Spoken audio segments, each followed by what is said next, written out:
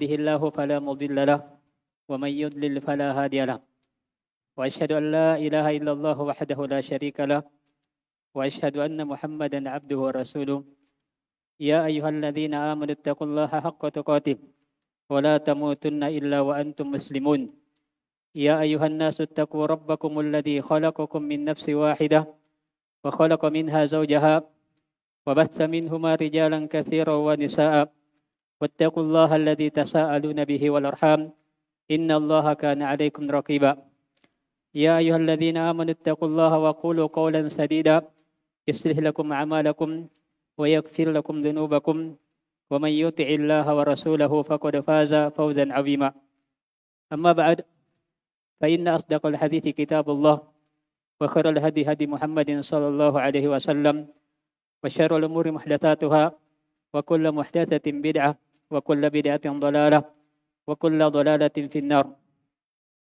Ma'asyiral muslimin wal muslimat, alhamdulillah dengan nikmat Allah Subhanahu wa taala kita berada dalam sebuah kemuliaan, berada dalam majlis di antara majlis-majlis ilmu, dan merupakan nikmat Allah Subhanahu wa taala pada kita seluruhnya apabila berada di atas ukhuwah, persaudaraan yang dilandasi dengan wasatiyah, pertengahan.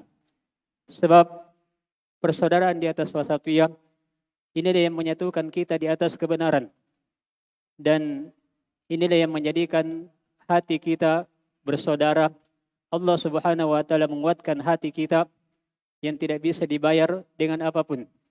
Sebagaimana Nabi sallallahu alaihi wasallam diberitakan oleh Allah Subhanahu wa taala bahwa Allah mengatakan wa allafa baina qulubihim, dan Allah yang menguatkan hati-hati mereka antara orang-orang Ansar dengan orang-orang Muhajirin, lalu hati mereka bersatu di atas kebenaran membela dakwah Nabi sallallahu alaihi wasallam. Itu adalah nikmat Allah Subhanahu wa taala. Lalu Allah katakan law anfaqta ma fil ardi jami'an ma allafta baina qulubihim walakinna Allah allafa bainahum. Seandainya engkau wahai Nabi Muhammad menginfakkan seluruh yang ada di bumi untuk menyatukan hati mereka, maka tidak akan mungkin engkau bisa menyatukan hati mereka. Tapi Allah Subhanahu wa taala yang menyatukan hati mereka di atas kebenaran, di atas dakwah Nabi sallallahu alaihi wasallam, di atas tauhid kepada Allah Subhanahu wa taala. Itu sebuah nikmat yang sangat besar. Karena nikmat persaudaraan di atas ibadah kepada Allah Subhanahu wa taala, di atas tauhid kepada Allah Subhanahu wa taala, ini nikmat kebersamaan yang akan terus-menerus berlanjut sampai ke surga. Karena di antara nikmat yang didapatkan oleh penghuni surga adalah merasakan kenikmatan secara bersama. Mendapatkan nikmat dibangun di atas kebersamaan. Karena Allah Subhanahu wa taala mengatakan tentang penghuni surga, ala sururin mutaqabilin. Mereka penghuni surga berada di atas dipan-dipan saling memandang dengan pandangan kebahagiaan didasari karena persaudaraan.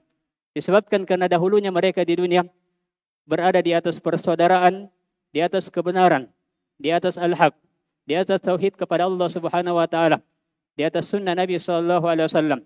Dan ini adalah nikmat yang terbesar. Dan ini yang merupakan inti tema kita pada daurah kita kali ini, yang semoga Allah Subhanahu wa taala senantiasa memberikan keberkahan dan kebaikan. Demikian pula tidak lupa kami ucapkan terima kasih dan bentuk kesyukuran kepada seluruh pihak yang menjadi sebab terwujudnya acara kebaikan ini. Sehingga banyak yang merasakan kebaikan, banyak yang merasakan kebahagiaan. Ada di antara saudara-saudara kita yang berjumpa karena Allah Subhanahu wa taala pada acara-acara yang seperti ini. Adapun tema yang akan kita sampaikan insyaallah pada kesempatan ini yaitu moderasi Islam dalam mengobati penyimpangan. Dan secara umum kita akan sebutkan 4 pembahasan. Pembahasan yang pertama adalah muqaddimah, pendahuluan seputar moderasi, sikap pertengahan. Walaupun ini tidak ada sesuatu yang baru sebab sudah dijelaskan oleh guru-guru kita. Namun secara ringkas kita akan menyebutkan hal-hal tersebut yang merupakan pendahuluan. Adapun pembahasan yang kedua adalah pembahasan yang berkaitan dengan apa yang dimaksud, apa definisi penyimpangan. Kemudian yang ketiga adalah bentuk-bentuk penyimpangan. Kemudian yang keempat, ini yang merupakan inti dari apa yang kita akan bahas, yaitu sebab-sebab terjadinya penyimpangan. Kenapa terjadi penyimpangan dalam masalah akidah dan seluruh aspek kehidupan yang berkaitan dengan permasalahan agama. Demikian pula kita akan bahas insyaallah tentang mengobati penyimpangan tersebut. Apa sebabnya dan apa solusinya, sehingga seorang bisa keluar dari penyimpangan tersebut. Adapun pembahasan yang pertama, yaitu muqaddimah, pendahuluan awal seputar sifat atau sikap wasatiyah, pertengahan. Yang pertama, bahwa ketika seorang tidak berada di atas sikap pertengahan, maka ini yang akan menyeret kepada penyimpangan. Penyimpangan ini ada dua bentuknya. Yang intinya adalah sikap ekstrim, yang arahnya adalah ekstrim kanan, yang mengarah kepada sikap berlebihan. Demikian pula yang satunya adalah ekstrim kiri, yang mengarah kepada sikap bergampangan. Dan ini secara umum yang menjatuhkan seseorang ke dalam penyimpangan. Apabila seorang tidak berada di atas jalan wasatiyah, jalan pertengahan, maka ini yang menyebabkan seorang terjatuh dalam penyimpangan. Ya, karenanya kita diperintah oleh Allah Subhanahu wa taala untuk senantiasa berdoa kepada Allah Subhanahu wa taala. Dalam salat kita diwajibkan untuk membaca ihdinas siratal mustaqim. Ya Allah, tunjukilah kami jalan yang lurus. Jalan yang lurus ini merupakan inti dari wasatiyah, sikap pertengahan yang senantiasa berada di atas jalan yang sesuai dengan wahyu, sesuai dengan perintah Allah Subhanahu wa taala yang dicontohkan oleh Nabi kita Nabi sallallahu alaihi wasallam. Lalu Allah Subhanahu wa taala menyebutkan dua golongan yang secara umum menyimpang dari jalan wasatiyah tersebut, yaitu al-maqdub, orang-orang yang dimurkai dari kalangan orang-orang Yahudi, dan yang serupa dengan mereka, orang-orang yang punya ilmu, tahu ilmunya, paham ilmunya, tapi tidak beramal dengan ilmu tersebut. Dan sebaliknya, an-nasara, yaitu orang-orang yang sekadar beramal, punya semangat dalam melakukan amalan, tapi tidak didasari di atas ilmu. Sementara yang namanya wasatiyah harus digabungkan antara ilmu dan amalan. Semakin sempurna seseorang dalam berilmu, lalu semakin sempurna dalam mengamalkan ilmu tersebut, maka dia akan semakin sempurna di atas sikap wasatiyah, sikap pertengahan, sehingga semakin sempurna di atas jalan as-siratal mustaqim. Ketika seorang di dunia semakin sempurna dan berupaya istiqomah di atas jalan yang lurus ini, maka ini akan memudahkan seorang untuk bisa melewati sirat yang merupakan jembatan yang berada di atas neraka jahanam. Sebab seorang akan melewatinya sesuai dengan kadar amalan manusia masing-masing. Yang jelas semakin sempurna di atas jalan yang lurus, berada di atas wasatiyah, ini akan semakin memudahkan seorang hamba untuk melewati sirat tersebut. Sehingga dengannya akan masuk ke dalam surga, akan mendapatkan berbagai kenikmatan. Kenikmatan kekal abadi, sesuai pula dengan seberapa tingginya dia dalam berada di atas sikap wasatiyah, berada di atas sikap pertengahan ketika di dunia. Berilmu, beramal, seperti itu yang merupakan prinsip seorang hamba yang mendambakan kebahagiaan di dunia dan di akhirat. Kemudian hal yang kedua yang ingin kami ingatkan, bahwa yang bisa mengumpulkan kita di atas kebenaran, yang bisa mengumpulkan kita dan yang menyatukan kita di atas kebaikan adalah sikap wasatiyah ini. Adapun penyimpangan, ya maka penyimpangan ini ada bentuknya ifrat, ada tafrid, ada gulu, ada bergampangan. Yang jelas hal tersebut tidak akan pernah ketemu. Ya, karenanya diibaratkan bahwa ketika seorang memiliki sifat gulu berlebihan, kayak ini ibaratnya seperti api. Sebaliknya orang yang bergampangan seperti air es, tidak akan pernah ketemu. Karena yang bisa menyatukan adalah berada di atas sikap pertengahan, dan ini yang menyatukan seorang di atas kebenaran dan yang menjadikan seorang istiqomah di atas kebenaran tersebut. Kemudian yang ketiga yang ingin kami ingatkan, bahwa yang menjadi ukuran standarisasi dalam melihat seperti apa kawasatiyah tersebut seperti apa yang dimaksudkan dengan sikap pertengahan. Maka bukan kembali kepada perasaan, tapi kembali kepada dalil. Sebab kalau dikembalikan kepada perasaan, maka kita akan menganggap bahwa Abu Thalib di masa Nabi SAW, ketika Nabi SAW berbeda dengan orang-orang kafir Quraisy, orang-orang musyrikin pada saat itu, sementara yang terlihat secara lahiriah, secara zahir, yang berada pada pertengahan adalah Abu Thalib. Karena tidak masuk kepada agama Nabi SAW, tapi tidak juga menentang. Tapi justru membela dakwah Nabi SAW dari serangan orang-orang musyrikin. Kalau secara lahiriah kita akan menganggap bahwa Abu Thalib berada di atas pertengahan. Tapi kalau secara dalil, secara wahyu, maka tidak seperti itu. Karena yang ingin kami ingatkan bahwa sikap wasatiyah ini ukurannya, standarnya kembali kepada dalil sesuai dengan Al-Quran, sesuai dengan hadits Nabi SAW, berdasarkan pemahaman para salafus saleh. Dan tidak semua, apabila terjadi misalnya dua perbedaan, dua pihak, lalu kita ingin berada di pertengahannya karena menganggap bahwa apabila berada pada pertengahannya kita akan menganggap bahwa itu adalah bentuk kesatuan. Tidak seperti itu. Tapi yang dilihat adalah kembali kepada dalil Al-Quran, kembali kepada wahyu yang Allah Subhanahu Wa Taala turunkan, Al-Quran dan Sunnah Nabi SAW. Karena pada saat itu Abu Thalib secara lahiriah berada yang terlihat secara zahir seakan-akan berada pada pertengahan. Walaupun sebenarnya dia mengakui bahwa agama yang dibawa oleh Nabi SAW adalah hak, adalah hal yang benar. Kerana masyhur dari ucapannya dikatakan bahwa walaqad alimtu bi anna dina Muhammadin min khairi adyanil bariyati dina. Dia katakan, sungguh saya telah mengetahui, dia punya ilmu. Abu Thalib punya ilmu bahwa agama Nabi SAW, bahwa agama Nabi Muhammad itu adalah sebaik-baik agama yang ada pada manusia. Artinya dipahami dan dia tahu bahwa itu adalah kebenaran yang merupakan wahyu dari Allah Subhanahu Wa Taala.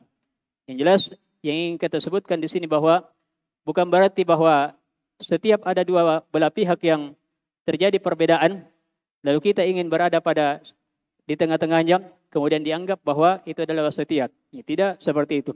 Tapi ukurannya kembali kepada dalil Quran dan Sunnah Nabi SAW. Kemudian hal yang keempat yang ingin kami ingatkan bahwa ketika seorang berada di atas jalan wasatiyah tersebut, berada di atas sikap pertengahan, maka sudah menjadi pasti dan sudah menjadi sunnatullah. Ketentuan Allah Subhanahu Wa Taala bahwa pasti akan banyak musuhnya.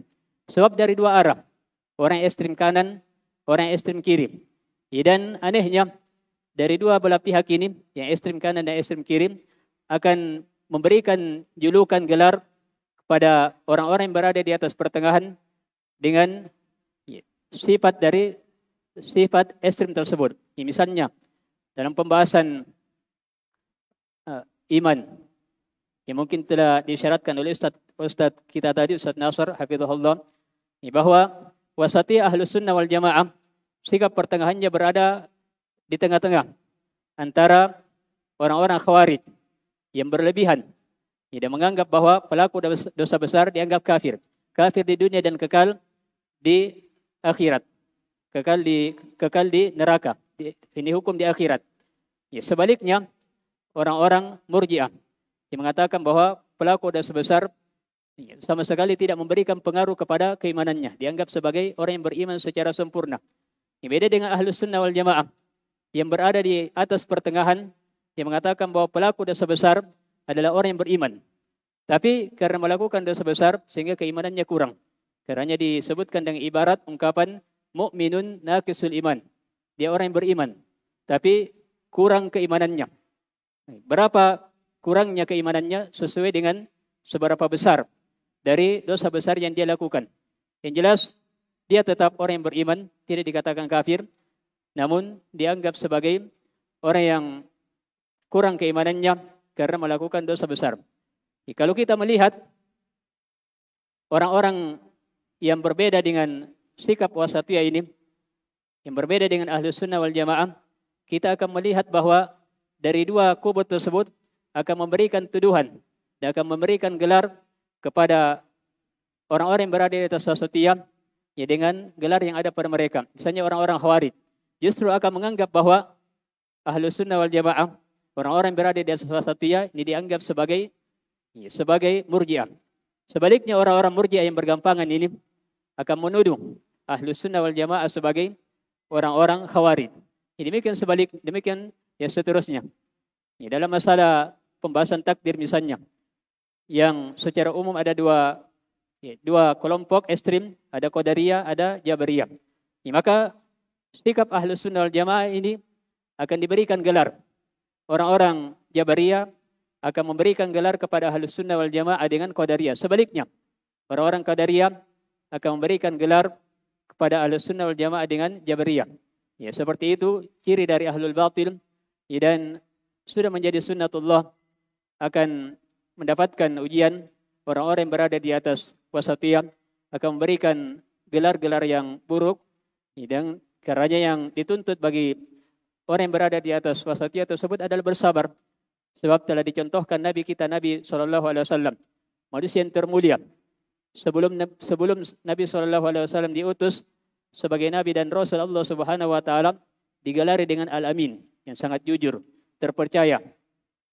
Tapi justru ketika beliau mendakwakan dakwah tauhid, yang maka mulai muncul gelar-gelar yang sangat menyakitkan. Dianggap sebagai orang gila, tukang sihir. Padahal sebelumnya Nabi SAW digelari dengan Al-Amin, orang yang sangat jujur. Dan Nabi SAW mendapatkan hinaan, ujian dari dua hal. Hinaan dalam bentuk, ujian dalam bentuk fisik dan ujian dalam bentuk ya kata-kata yang menyakiti Nabi SAW. Dan itu ciri dari orang-orang yang berada di atas kebenaran pasti akan mendapatkan ujian. Namun yang dituntut darinya adalah bersabar. Sebab yang kita harapkan dari manusia adalah bagaimana mereka bisa mendapatkan nikmat seperti nikmat yang kita dapatkan. Artinya, ketika kita mendapatkan nikmat hidayah, berada di atas wasatiyah, tentu nikmat ini kita tidak menginginkan hanya kita dapatkan sendiri. Tapi kita inginkan agar merata tersebar kepada saudara kita yang lain. Bersamaan dengan itu, pada saat kita menginginkan agar nikmat tersebut bisa sampai kepada orang lain, justru orang tersebut akan menyakiti kita, akan menghina kita. Kita akan mendapatkan ujian dari mereka. Padahal yang kita inginkan adalah kebaikan untuk mereka. Karena yang dituntut adalah bersabar. Namun Allah Subhanahu Wa Taala mengatakan, "Wala yansurunallahu may yansuruh." Pasti Allah Subhanahu Wa Taala akan benar-benar menolong orang-orang yang menolong agama Allah Subhanahu Wa Taala. Kemudian hal yang lainnya yang kelima yang ingin kami sebutkan di sini bahwa yang namanya wasatiyah, sikap pertengahan ini pasti sesuai dengan fitrah manusia. Sebab manusia lahir dalam keadaan fitrah, mengakui tauhid, mengakui sikap wasatiyah. Dan Nabi SAW telah menyebutkan sebagaimana hadits yang diriwayatkan oleh Al-Bukhari dan Muslim dari sahabat Abu Hurairah radhiyallahu anhu, Nabi SAW bersabda, "Kullu mauludin yuladu 'alal fitrah." Setiap manusia yang dilahirkan pasti dilahirkan dalam keadaan fitrah. Fitrah wasatiyah, fitrah berada di atas sikap pertengahan, berada di atas tauhid kepada Allah Subhanahu Wa Taala, penghambaan kepada Allah Subhanahu Wa Taala sesuai dengan jalur syariat, sesuai dengan sikap pertengahan. Kemudian Nabi SAW katakan, "Fa abawahu yuhawidanihi aw yunassiranihi aw yumajjisanihi." Lalu kedua orang tuanya yang menjadikan dia Yahudi, menjadikan dia Nasara, atau menjadikan dia Majusi. Jelas manusia lahir dalam keadaan fitrah. Asalnya bisa menerima sikap wasatiyah tersebut. Sebab itulah yang sesuai dengan fitrah manusia. Dan Nabi SAW menyebutkan dalam hadits yang lainnya dari sahabat Iyad Al-Mujashi'i radhiyallahu anhu, sebagaimana yang diriwayatkan oleh Imam Muslim, bahwa Allah Subhanahu Wa Taala berfirman dalam hadits qudsi, "Wa inni khalaqtu ibadi hunafa'a kullahum wa innahum atadhum asyayatin fajtalathum an dinihim." Allah Subhanahu Wa Taala mengatakan, sesungguhnya aku telah menciptakan hamba-hambaku di atas hunafa, Hunafa artinya jauh dari kesyirikan, benar-benar berada di atas fitrah, benar-benar di atas penghambaan kepada Allah Subhanahu wa taala. Namun mereka didatangi oleh syaitan. Lalu syaitan ini yang memalingkan mereka dan menjadikan mereka menyimpang dari jalan yang benar, menyimpang dari jalan fitrah mereka. Padahal mereka lahir dalam keadaan fitrah sesuai dengan tujuan dari wasatiyah tersebut. Ini mungkin muqaddimah. Adapun pembahasan yang berikutnya adalah pengertian dari penyimpangan. Dan apa yang dimaksud dengan penyimpangan tersebut yang berbeda dengan jalur wasatiyah. Ya, sebab sebagaimana yang kita katakan bahwa apabila tidak berada di atas jalur wasatiyah, jalur pertengahan, pasti akan menjadikan seorang menyimpang dari jalan yang benar. Apakah mengarah ke arah kanan atau ekstrim ke arah kiri. Yang jelas dari dua hal tersebut semuanya disenangi oleh syaitan. Ya, karena syaitan melihat dari manusia mana yang merupakan hasratnya, mana yang merupakan keinginan terbesarnya, lalu diarahkan dari hal-hal yang bisa menjadikan dia menyimpang. Dan syaitan tidak peduli apakah dijadikan menyimpang kepada arah yang berlebihan atau arah yang bergampangan, semuanya disenangi oleh syaitan. Yang jelas syaitan mencari teman untuk masuk bersama-sama ke dalam neraka. Itu yang diinginkan oleh syaitan. Dia tidak peduli pada saat dia ingin menyesatkan manusia, dia tidak peduli dari arah mana, yang jelas bisa disesatkan. Yang jelas bisa disesatkan. Kalau kita melihat dari sisi bahasa Arab, penyimpangan ini dari kata al-inhirab. Al-inhirab dari dalam bahasa Arab dari ada huruf ha, ro dan fa yang secara bahasa bermakna ujung atau sesuatu yang menyimpang, sesuatu yang berpaling dari jalan yang lurus. Jadi al-inhirab secara bahasa adalah al-mail wal udul. Al-mail wal udul maksudnya condong dan mengarah kepada hal yang lain yang tidak berada di atas jalan yang lurus. Ini ya, secara bahasa. Kalau kita melihat secara istilah syariat, mungkin bisa didefinisikan bahwa penyimpangan adalah diddul istiqamah allati amara Allah biha wa rasuluh. Penyimpangan adalah lawan dari istiqamah, lawan dari jalan yang lurus. Jalan yang lurus inilah yang Allah Subhanahu wa taala perintahkan. Inilah yang Rasulullah sallallahu alaihi wasallam perintahkan. Ketika seorang tidak berada di atas jalan Allah dan Rasulnya, maka itu berarti bahwa dia tidak berada di atas jalan yang lurus, dan itu berarti bahwa dia menyimpang. Dan bentuk penyimpangan ini berbeda-beda. Ada yang ekstrim, ada ekstrim kanan, ada ekstrim kiri. Ada yang penyimpangannya sangat besar, bahkan bisa mengeluarkan dari keislaman, bisa mengkafirkan. Ada yang tidak sampai mengkafirkan. Yang jelas berbeda-beda. Dan seperti yang kita sebutkan bahwa syaitan melihat dari keadaan manusia tersebut, sejauh mana bisa dijadikan menyimpang, sejauh mana bisa disesatkan. Jelas syaitan berusaha untuk memalingkan manusia dari jalan wasatiyah tersebut, jalan kebenaran. Sementara istiqomah berada di atas jalan yang lurus, inilah yang merupakan perintah Allah Subhanahu wa taala dan Rasulullah sallallahu alaihi wasallam. Bahkan Allah Subhanahu wa taala memerintahkan kepada nabinya sallallahu alaihi wasallam. Allah katakan fastaqim kama umirta wa man taba ma'aka wa la tatagum. Allah katakan fastaqim, istiqomahlah engkau wahai Muhammad sebagaimana engkau diperintah. Artinya jalan istiqomah ini sesuai dengan perintah Allah Subhanahu wa taala. Bukan kembali kepada perasaan, bukan kembali kepada hal yang tapi memang sesuai dengan aturan yang telah ditetapkan oleh Allah Subhanahu wa taala, sesuai dengan syariat Allah Subhanahu wa taala. Fastaqim kama umirta wa man taba ma'aka. Beristiqomahlah engkau, tetaplah di atas jalan yang lurus, jalan wasatiyah, jalan yang pertengahan, sebagaimana engkau diperintah dan orang-orang yang bertaubat bersamamu, para sahabat Nabi sallallahu alaihi wasallam. Lalu Allah katakan wala tatagaw, jangan melampaui batas. Jangan melampaui batas dari apa yang Allah Subhanahu wa taala perintahkan. Innahu bima ta'maluna basir. Sungguhnya Allah Subhanahu wa taala Maha melihat apa yang kalian lakukan. Innahu bima ta'maluna basir. Sesungguhnya Allah Subhanahu wa taala dari apa yang kalian lakukan, Allah Maha melihatnya. Ketika seorang berada di atas jalan istiqomah, maka Allah melihatnya.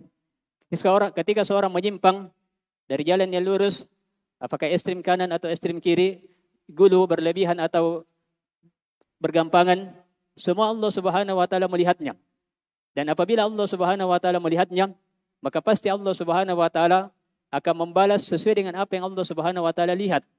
Orang-orang yang berada di atas jalan istiqomah akan dibalas oleh Allah Subhanahu wa taala dengan kebaikan, dengan surga, sebagaimana orang-orang yang menyimpan dari jalan yang lurus, orang-orang yang tidak berada di atas jalan istiqomah, maka Allah Subhanahu wa taala lihat juga seperti itu, sehingga Allah akan membalasnya sesuai dengan hikmah dan keadilan dari Allah Subhanahu wa taala. Demikian pula dalam ayat yang lainnya Allah Subhanahu wa taala katakan, wa anna hadha sirati mustaqiman fattabi'uhu wa la tattabi'us subul fatafarraqu bikum an sabilihi. Dan katakanlah bahwa wa anna hadha sirati, bahwasanya inilah jalanku. Ketika disebutkan sirati, jalanku, disebutkan dalam bahasa Arab dengan bentuk mufrad, kata tunggal. Artinya satu jalan yang lurus, tidak mengarah ke arah kanan, tidak mengarah ke arah kiri, tapi itulah jalan yang lurus, dan itu jalan yang mengantarkan kepada surga. Kemudian dikatakan, wa anna hadha sirati mustaqiman, itulah jalan yang lurus. Kemudian dikatakan, fattabi'uhu wa la tattabi'us subul, ikutilah jalan yang lurus tersebut. Lalu disusul dengan wa la tattabi'us subul, jangan ikuti as-subul, disebutkan dia bentuk jamak. Artinya jangan ikuti jalan-jalan yang lainnya. Ketika disebutkan jalan yang lurus, disebutkan dengan kata sirat, jalan yang bentuknya juga mufrad. Artinya hanya satu jalan yang lurus. Dan ketika disebutkan larangan untuk mengikuti jalan-jalan yang lainnya, disebutkan bahwa jalan yang lain ini sangat banyak bentuknya. Dan itulah bentuk penyimpangan.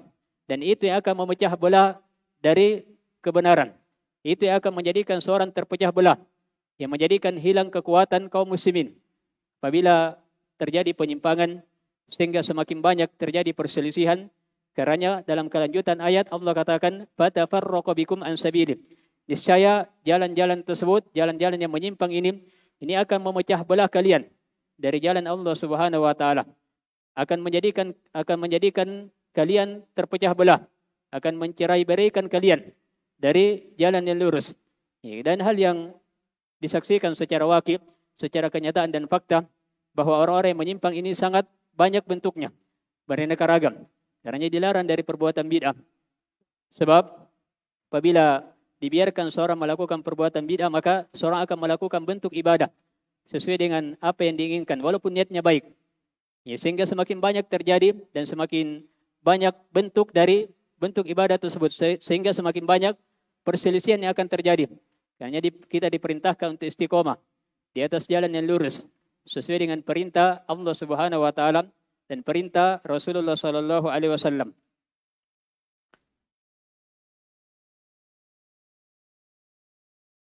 Ini pembahasan yang kedua. Kemudian pembahasan yang ketiga yang kita ingin sebutkan adalah bentuk-bentuk al-inhiraf, bentuk-bentuk al-inhiraf, bentuk-bentuk dari keluar dari jalan yang lurus, bentuk-bentuk penyimpangan. Dari dua bentuknya, ekstrem kanan dan ekstrem kiri. Kalau kita melihat di antara bentuk-bentuk tersebut, yang pertama adalah al-ghulu, memiliki sifat ekstrem berlebihan. Dengan segala bentuknya, baik dalam perkara akidah, muamalah ataupun yang lainnya. Yang jelas ada bentuk sikap ghulu, berlebihan. Di sisi yang lain, orang yang ekstrem kiri juga memiliki sifat bergampangan, baik itu dalam akidah maupun yang lainnya. Dan ini semuanya adalah hal yang tercela. Dan semuanya keluar dari jalan yang lurus. Dan Nabi SAW secara khusus tentang sikap ghulu, sikap berlebihan, Nabi SAW telah sebutkan, sebagaimana dari sahabat Abdullah bin Abbas radhiyallahu anhuma, diriwayatkan oleh An-Nasa'i dan yang lainnya, Nabi SAW katakan, iyyakum wal ghulu fid din. Hati-hati kalian dari sikap berlebihan dalam masalah agama. Kemudian disebutkan bahwa berlebihan ini merupakan sebab. Inilah merupakan sebab seorang dihancurkan dan dibinasakan. Karenanya Nabi SAW katakan dalam kelanjutan hadis, fa inna ma ahlaka man kana qablakum al-ghulu fid din. Karena sesungguhnya yang membinasakan orang-orang sebelum kalian adalah memiliki sikap berlebihan, gulu dalam perkara agama. Sikap gulu ini yang menjadikan orang-orang Khawarij mengkafirkan pelaku dosa besar. Demikian pula sebaliknya, sikap bergampangan yang menjadikan orang-orang Murji'ah mengatakan bahwa pelaku dosa besar dianggap memiliki mukminun kamilul iman, orang yang beriman dan sempurna keimanannya. Yang jelas, semuanya adalah bentuk penyimpangan yang tercela dalam syariat.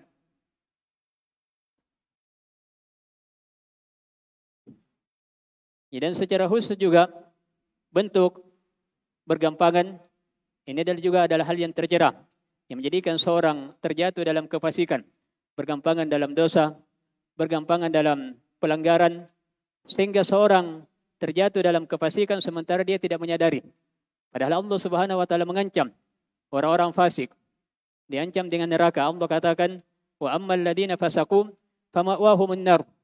Adapun orang-orang fasik dengan makna yang umum, maka tempat kembali mereka adalah neraka. Maka dari dua hal ini, yaitu berlebihan dan bergampangan, ini merupakan bentuk dari penyimpangan yang tidak sejalan dan bertolak belakang dengan nilai-nilai wasatiyah tersebut. Ia merupakan nilai yang sangat dijaga dan selaras sesuai dengan keindahan agama Islam tersebut. Padahal kalau kita melihat dari pembahasan gulu, secara umum kita melihat bahwa agama Islam adalah agama yang diberikan kemudahan oleh Allah Subhanahu wa taala. Tidak ada hal yang memberatkan di dalamnya. Karena Allah Subhanahu wa taala katakan, "Wa ma ja'ala 'alaikum fid dini min haraj." Allah tidak menjadikan atas kalian dalam agama ini ada hal yang memberatkan. Apabila terasa berat, pasti Allah Subhanahu wa taala akan memberikan keringanan. Dengan banyak bentuk rukhsah keringanan yang mungkin kita akan sebutkan insyaallah bentuk-bentuk rukhsah, bentuk-bentuk keringanan yang ada dalam syariat Islam yang menjadikan kita semakin memahami bagaimana indahnya Islam tersebut yang sangat bertolak belakang dengan orang-orang yang memiliki sifat gulu tersebut. Dan Allah katakan, yuridullahu bikumul yusra wa la yuridu bikumul usra. Allah menginginkan untuk kalian kemudahan. Allah tidak menginginkan hal yang sulit. Kemudian bentuk yang lainnya dari bentuk-bentuk inhiraf, penyimpangan adalah benci kepada penguasa kaum muslimin, benci kepada penguasa yang muslim. Dan ini termasuk dari bentuk penyimpangan yang menjadikan seorang tidak berada di atas jalan yang lurus. Padahal Nabi SAW telah menyebutkan dalam sebuah hadis, man akrama sultanallahi fid dunya akramahullahu yaumal qiyamah. Siapa yang memuliakan orang-orang yang dijadikan oleh Allah sebagai sultan, penguasa di muka bumi. Orang-orang yang memuliakannya, Allah pun akan memberikan kemuliaan pada hari kiamat sebagai balasan sesuai dengan hasil dari perbuatannya. Dia memuliakan penguasa yang merupakan perintah Allah, Allah pun akan memuliakannya pada hari kiamat. Sebaliknya, waman ahana sultanallahi fid dunya ahanahullahu yaumal qiyamah. Siapa yang merendahkan orang-orang yang mencela, orang-orang yang menghina penguasa yang Allah Subhanahu wa taala jadikan di bumi, maka balasannya sesuai dengan hasil perbuatannya. Allah pun akan menghinakannya di hari kiamat. Dan siapa yang bisa menjadikan seorang mulia kalau Allah menghinakannya? Karena Allah telah mengatakan, "Wa may yuhinillahu fama lahu min mukrim." Siapa yang Allah hinakan, tidak ada yang bisa memuliakannya, tidak ada yang bisa mengangkat derajatnya. Maka ini sebuah nasihat bagi orang-orang yang gemar mencela penguasa, senantiasa memahami keindahan dari hadits ini, sehingga memahami bahwa orang yang gemar mencela penguasa ini termasuk bentuk dari penyimpangan yang tidak sejalan dengan nilai-nilai wasatiyah. Namun harus kita juga pahami di sini bahwa bukan artinya bahwa Ahlus Sunnah ketika memperingatkan bahwa tidak boleh mencela penguasa, bukan berarti bahwa Ahlus Sunnah mengakui kesalahan yang dilakukan oleh penguasa, oleh pemerintah. Tapi tetap dianggap bahwa itu adalah sebuah kesalahan apabila misalnya tidak berjalan sesuai dengan syariat. Walaupun kebijakan yang dilakukan oleh penguasa ini ada bentuknya, ada hal-hal yang merupakan kebijakan yang umumnya manusia memberikan kebijakan di dalamnya dalam perkara dunia. Ini tentunya hal-hal yang hanya dipahami oleh orang yang khusus. Ada kebijakan yang memang secara zahir terlihat bahwa kebijakan tersebut bertentangan dengan nilai syariat. Maka yang seperti ini yang harus kita pahami bahwa itu adalah hal yang keliru, tidak boleh dibenarkan. Tapi bukan berarti bahwa memberikan peluang bagi kita untuk mencela penguasa tersebut. Karena namanya nasihat ada adab-adabnya. Ya, tidak mungkin misalnya secara logika antara anak kecil yang melakukan sebuah kesalahan dengan orang tua yang melakukan kesalahan. Ya, tidak mungkin terhadap orang tua kita marah-marah misalnya. Ini hal yang bertolak belakang dengan nilai adab, akhlak. Ya, tidak mungkin orang tua kita perlakukan seperti anak kecil. Ya, langsung dipukul atau langsung dimarahi begitu saja. Ini tidak sejalan dengan nilai-nilai fitrah. Tidak sejalan dengan akal yang sehat. Ya, walaupun misalnya orang tua ini mengatakan bahwa ya tidak apa-apa. Walaupun saya salah, ya silahkan tegur saya dengan cara yang keras. Silahkan ya, hukum saya atau yang lainnya.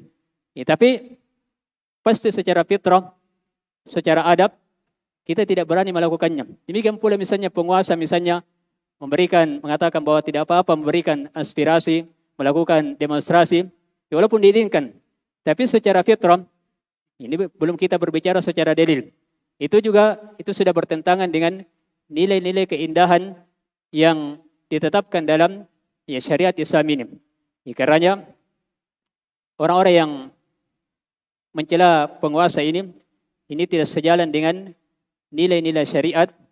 Ya, namun seperti yang kita katakan bahwa bukan berarti bahwa kesalahan yang dilakukan oleh penguasa kita benarkan. Tapi tetap kita anggap bahwa itu adalah sebuah kesalahan, sebuah kekeliruan, namun ada adabnya dalam yang menasihati. Ya, kemudian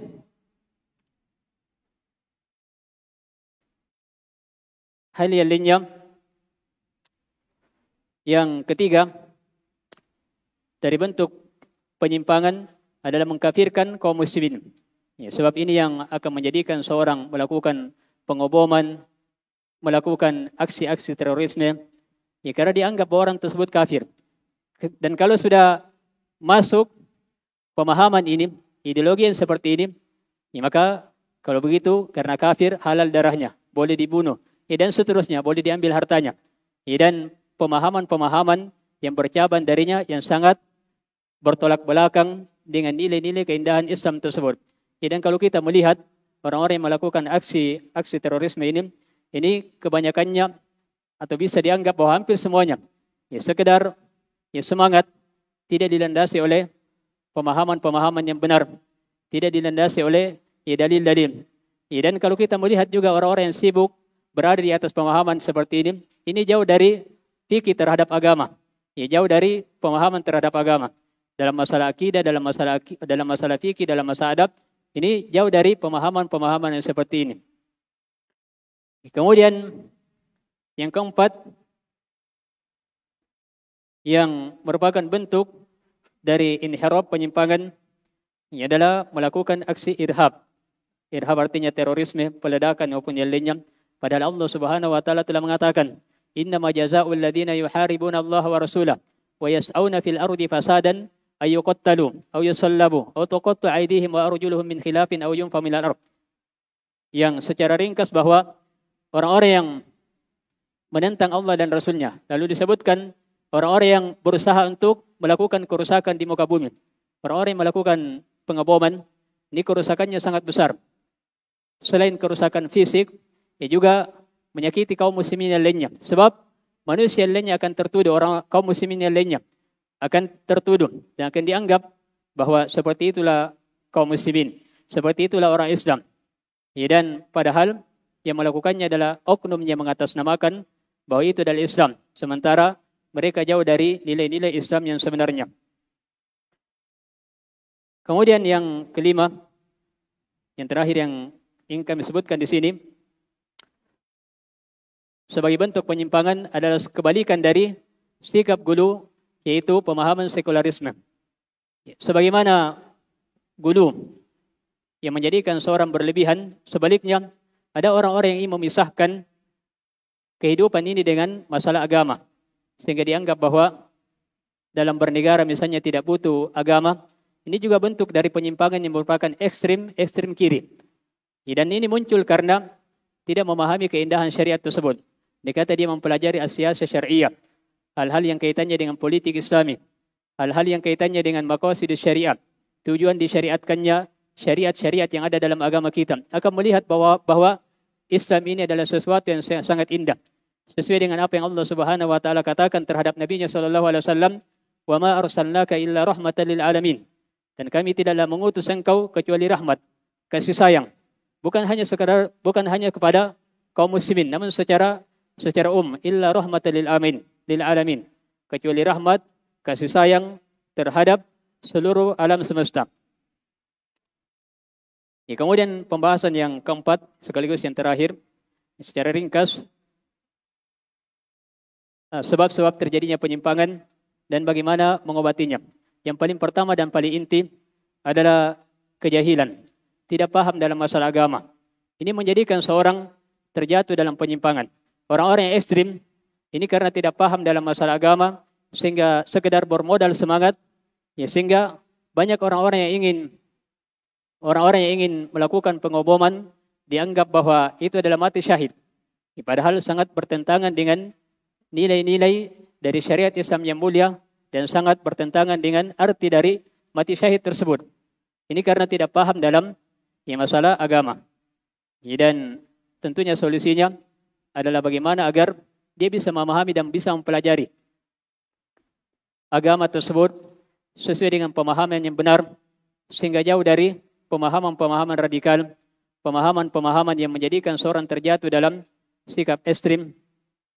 Dan banyak dalil-dalil yang menjelaskan tentang pentingnya seorang menuntut ilmu agama. Dan bahkan Allah Subhanahu wa taala membedakan anjing yang punya kecerdasan, anjing yang punya ilmu dengan anjing yang tidak punya ilmu. Dalam masalah boleh dimakan buruannya atau tidak. Kalau anjing yang terlatih artinya punya ilmu, yang disebut dengan al-qalbul mu'allam, anjing yang terlatih, maka dalam syariat dibolehkan makan dari hasil buruannya, tentunya dengan ketentuan-ketentuan dalam syariat pada saat dilepaskan membaca bismillah, dan yang lainnya yang disebutkan dalam syariat. Yang jelas ingin kita isyaratkan di sini bahwa hewan yang bisa dianggap sebagai hewan yang rendah ini Allah Subhanahu wa taala membedakan dengan yang lainnya disebabkan karena ilmu. Apalagi manusia yang diberikan oleh Allah Subhanahu wa taala sebuah kemuliaan, diberikan oleh Allah Subhanahu wa taala akal yang dengannya bisa berpikir. Kemudian yang kedua yang merupakan sebab terjadinya penyimpangan adalah tidak memahami tujuan dari syariat. Tidak memahami tujuan dari syariat.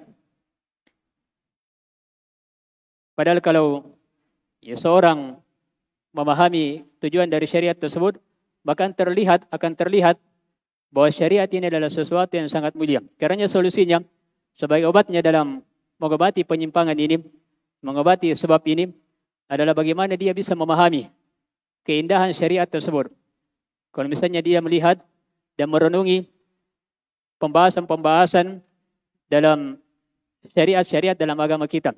Salat yang merupakan ibadah kepada Allah Subhanahu wa taala disyariatkan bagi laki-laki supaya terwujud persatuan dan kesatuan, terwujud kebersamaan di atas kebaikan. Syariat zakat supaya orang-orang yang tadinya orang miskin yang tadinya mungkin ada rasa hasad, rasa iri, namun diberikan sebagian hartanya oleh orang kaya memberikan sebagian hartanya kepada orang miskin tersebut, akhirnya akan tercipta persaudaraan. Dan syariat-syariat yang lainnya. Ini secara umum akan terlihat gambaran bahwa orang-orang yang memahami syariat ini akan benar-benar berada di atas jalan wasatiyah, jalan yang lurus, jalan yang pertengahan. Sebab benar-benar memahami bahwa Islam adalah agama yang mengatur segala aspek kehidupan. Sehingga orang-orang yang berada di atas jalan yang lurus ini benar-benar berada di atas kebahagiaan. Kebahagiaan di dunia dan kebahagiaan di akhirat. Kalau tidak memahami maksud dan tujuan dari syariat, ini akan menjadikan seorang menyimpang. Apakah berlebihan atau tasahul, bergampangan. Sementara kalau kita melihat dari syariat-syariat Islam yang sangat mulia, ini akan terlihat dengan sangat jelas bahwa semuanya dipenuhi dengan keindahan. Tidak menjadikan seorang yang berislam berat dengan agama tersebut, tapi sesuai dengan apa yang Allah Subhanahu wa taala perintahkan, namun kita tetap diperintahkan untuk melakukan sebuah perintah. Artinya, kita misalnya diperintahkan untuk sholat, tapi sholat tersebut sesuai dengan kemampuan kita. Kalau kita tidak bisa berdiri, maka tidak boleh meninggalkan sholat, tapi tetap dilaksanakan sesuai dengan kemampuan kita, yaitu sholat dalam keadaan duduk. Tidak bisa duduk, maka dalam keadaan berbaring. Tidak bisa berbaring dalam keadaan mustalqan, yang disebutkan oleh para ahli fikih, yaitu berbaring ke atas. Sebelumnya fa'ala jambin, yaitu berbaring, maksudnya menjadikan tubuhnya berbaring, bagian kepalanya di arah utara dan kakinya di arah kiri, namanya berbaring. Kalau tidak bisa seperti itu, maka mustalqan dalam arti kepalanya berada di sebelah timur. Kalau kita misalnya di Indonesia, kakinya berada di arah barat, arah kiblat, dan dia menghadap ke atas. Yang jelas disesuaikan dengan apa yang memudahkan baginya, apa yang mampu baginya. Namun kita tidak meninggalkan apa yang Allah Subhanahu wa taala perintahkan. Dan itu sikap pertengahan. Dan kalau kita melihat yang lebih jauh dari syariat-syariat yang mulia, ada yang disebut dengan takhfifat, keringanan-keringanan dalam syariat. Ada yang disebut dengan takhfifat, keringanan-keringanan dalam syariat. Ada yang disebut dengan takhfifu isqatin, keringanan yang menjadikan hal tersebut digugurkan kewajibannya. Haji wajib, tapi digugurkan apabila tidak mampu. Jihad wajib, tapi digugurkan apabila tidak mampu. Ada takhfif, ada bentuk keringanan yang disebut dengan takhfifu ibdal, keringanan dalam bentuk mengganti yang lainnya. Misalnya tidak bisa mandi pada saat mandi junub karena sakit ataupun tidak bisa terkena air, juga tidak bisa berwudu, maka diberikan gantinya. Apa gantinya? Tayammum. Ini semuanya bentuk keringanan-keringanan dalam syariat yang disebutkan oleh para ulama bahwa semuanya berjumlah 7. Yang jelas secara ringkas bahwa ini menjadikan kita semakin paham bahwa ternyata syariat Islam ini sesuatu yang sangat mulia, sesuatu yang sangat dipenuhi dengan sikap pertengahan. Tetap kita diperintahkan oleh Allah Subhanahu wa taala untuk melakukan perintah tersebut, namun kita diperintahkan sesuai dengan apa yang kita mampu, namun tentunya kita diperintahkan untuk berkorban. Karena disebutkan dengan ahkamut taklifiyah. Taklif artinya kita dibebani. Kita perlu berkorban. Namun Allah tidak membebani sesuai dengan hasil, sesuai dengan batas kemampuan kita. Kalau sudah melewati dari batas kemampuan kita. Kemudian yang ketiga, secara ringkas, bahwa sebab terjadinya penyimpangan tersebut adalah berpaling dari Al-Quran dan Sunnah Rasulullah Sallallahu Alaihi Wasallam. Dan tentunya mengobatinya, solusinya adalah bagaimana supaya bisa berpegang teguh dan istiqomah di atas jalan Quran dan Sunnah Rasulullah Sallallahu Alaihi Wasallam. Sebab ini yang menjadikan seorang berpetunjuk dia jalan yang lurus. Karena Allah Subhanahu wa taala katakan, "Wa may ya'tasim billahi faqad hudiya ila siratim mustaqim." Siapa yang beritisam, berpegang teguh dengan apa yang Allah Subhanahu wa taala syariatkan, maka sungguh dia telah diberi petunjuk berada di atas jalan yang lurus, jalan yang sesuai dengan nilai-nilai wasatiyah, jalan yang sesuai dengan nilai-nilai pertengahan. Dan ini menjadikan seorang bersatu di atas kebenaran. Karena Allah katakan, wa'atasimu bihablillahi jami'a. Berpegang teguhlah kalian di atas agama Allah Subhanahu wa taala seluruhnya. Kemudian dikatakan, wala tafarraqu. Jangan kalian bercerai-berai. Menunjukkan bahwa apabila tidak berpegang di atas agama Allah Subhanahu wa taala pasti akan bercerai-berai. Dan itu yang melemahkan kekuatan kaum muslimin. Karena apabila komitmen istiqomah di atas jalan yang lurus, maka ini yang menjadikan seorang berada di atas nilai-nilai wasatiyah tersebut. Kemudian yang keempat adalah berpaling dari para ulama. Sebab para ulama ini adalah ibarat lentera. Dia adalah pelita yang menerangi umat ini. apabila terjadi masalah, kita tanyakan kepada orang-orang yang berilmu. Kerana solusinya adalah kembali bertanya kepada orang-orang yang berilmu. Orang-orang yang punya pemahaman agama. Punya pemahaman agama yang benar. Sesuai dengan nilai-nilai wasatiyah tersebut. Dan Allah Ta'ala telah mengatakan, Fas'alu ahla dzikri in kuntum la ta'lamun. Bertanyalah kepada ahlu dzikir. Orang-orang yang punya ilmu. Orang-orang yang berilmu, para ulama. Jika kalian tidak mengetahuinya. Juga kalau kita melihat orang-orang yang menyimpang, terkhusus orang-orang yang melakukan aksi radikalisme ini pasti tidak ada, dipastikan bahawa tidak ada ulama yang mumpuni dalam masalah-masalah syariat yang ada di belakangnya. Yang ada hanya orang-orang yang sekedar memiliki semangat dan tidak berada di atas jalan yang lurus. Kemudian yang kelima, yang terakhir adalah mengikuti hawa nafsu. Sebab kadang punya ilmu, tapi karena mengikuti hawa nafsunya, akhirnya terjatuh dalam penyimpangan. Kiranya solusinya adalah bagaimana membersihkan hati tersebut agar hati ini bisa berputar di atas dalil. Karena di antara kekhususan Ahlus Sunnah adalah yaduru ma'ad dalil haitsu dara. Ahlus Sunnah adalah berputar di atas dalil. Dimanapun dalil tersebut berputar, berada, dia senantiasa berada di atas dalil. Tidak mengarah ke arah ekstrem kanan, tidak mengarah ke arah ekstrem kiri, tapi dia berada di atas dalil karena dalil ini berada di atas jalan yang lurus. Kita diperintahkan adalah dalil. Bukan mengagungkan orang-orang yang tertentu.